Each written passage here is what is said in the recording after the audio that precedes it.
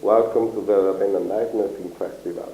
Tonight we are very proud to guest Dimitri de Clercq, director with his first feature, You Go to My Head, a very fascinating, stimulating film. What are the origins of this, for some aspects, astonishing movie? Why have you considered realized it? It's amazing, it's brilliant. Thank you. Well, it's really an honor for me for this film to be shown at the Ravenna Nightmare Film Festival, because I think this film, with the word nightmare, I think also comes the other side of it, which is the dream.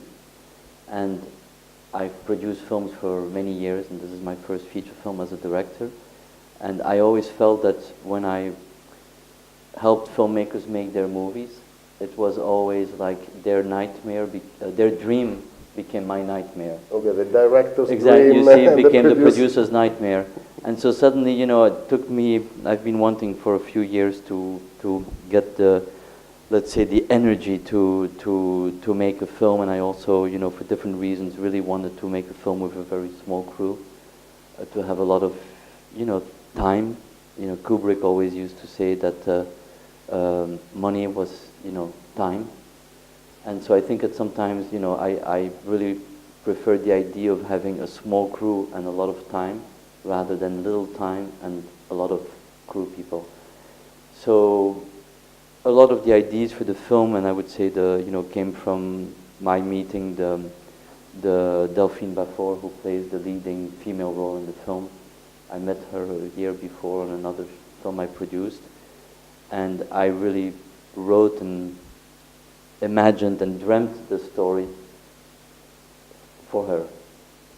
And so she's really the inspiration of the film, and I always had this feeling that, this belief that cinema had been invented to immortalize women. And so, I wanted to immortalize Delphine in a film, and I came up with this very crazy, twisted, modern love story, which the first, let's say, the beginning of the development of the story I worked on with an American friend, Matt Steigbigel, and maybe a filmmaker that was an inspiration to us, that we really often spoke about, was the American iconoclast Sam Peckinpah. Okay. And one of his films, which to me is, I would maybe think, one of the great 10 American film masterpieces, Bring Me the Head of Alfredo Garcia. Yes, yes. And Pure so, violence. And so the first, let's say, draft of the script we worked on with Matt had a lot of, bloody violence in it. And for different reasons, then I also worked, two other screenwriters joined, and, we worked together.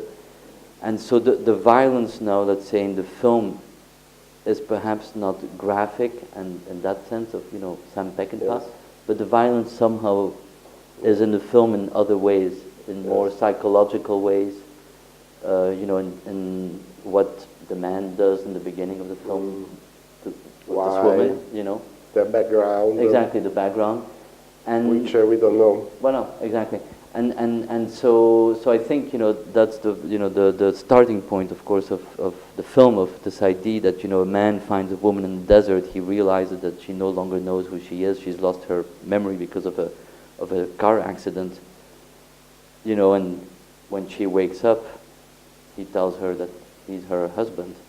So it's quite a violent, situation to start with. Definitely. And since I really wanted to make this film with a very, tight crew, principally two main actors, then it was all about, working with locations and places which I really knew well in Morocco.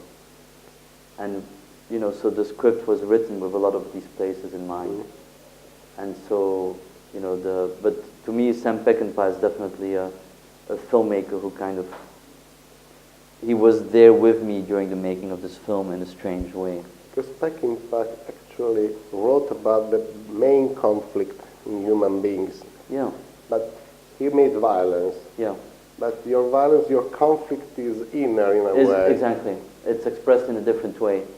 And even because I noticed, well, when watching your movie, several films came up to my mind. right. Maybe some of them really inspired you, maybe not. I'm Right. curious to understand Yeah. if eventually Yeah. you had some films or authors or Yeah. whatever you Yeah. want, architecture itself, Yeah, right. that helped you to, Yeah.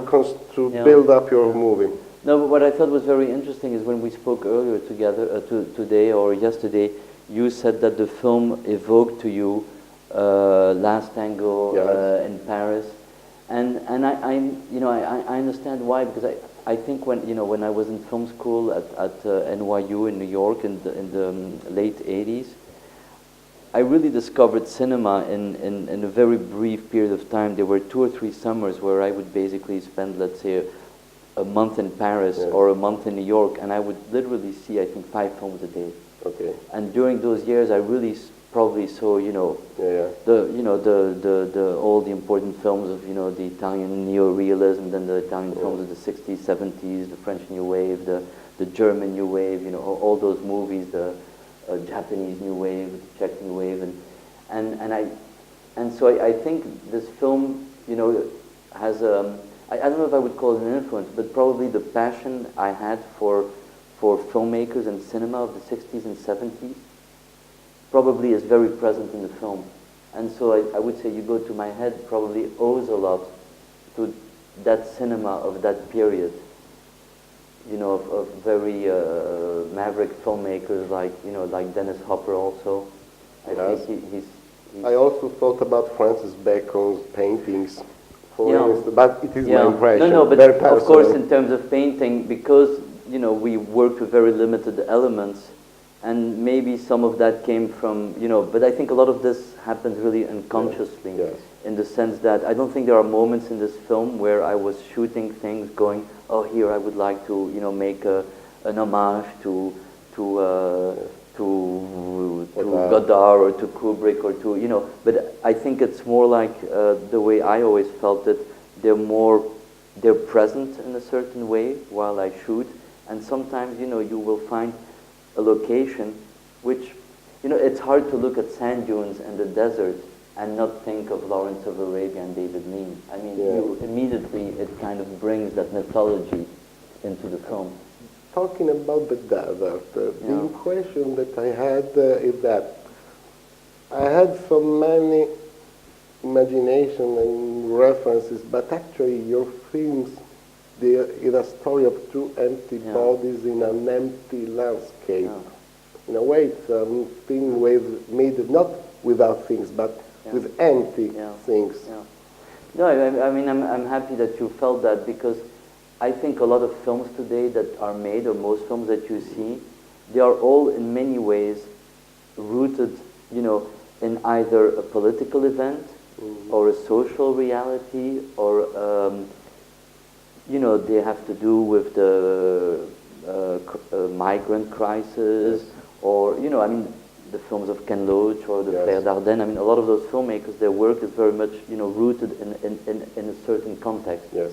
And to me, it was very important to make a film in a certain way, where I wanted to have this idea that in the beginning, it comes from nothing, Okay.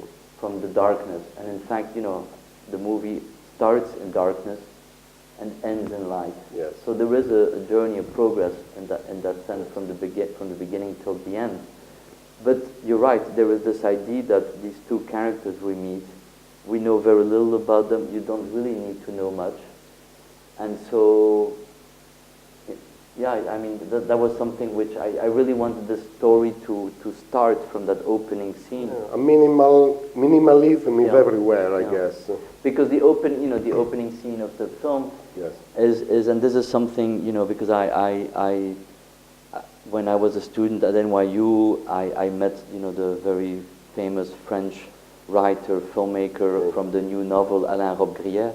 Okay. And I really was quite Les Nouveaux fascinated Romans. by his films. He wrote, the great screenplay of Last Year's Marine Band, and he made the first film which I have really loved very much, which is called The Immortal, which was shot entirely in Turkey.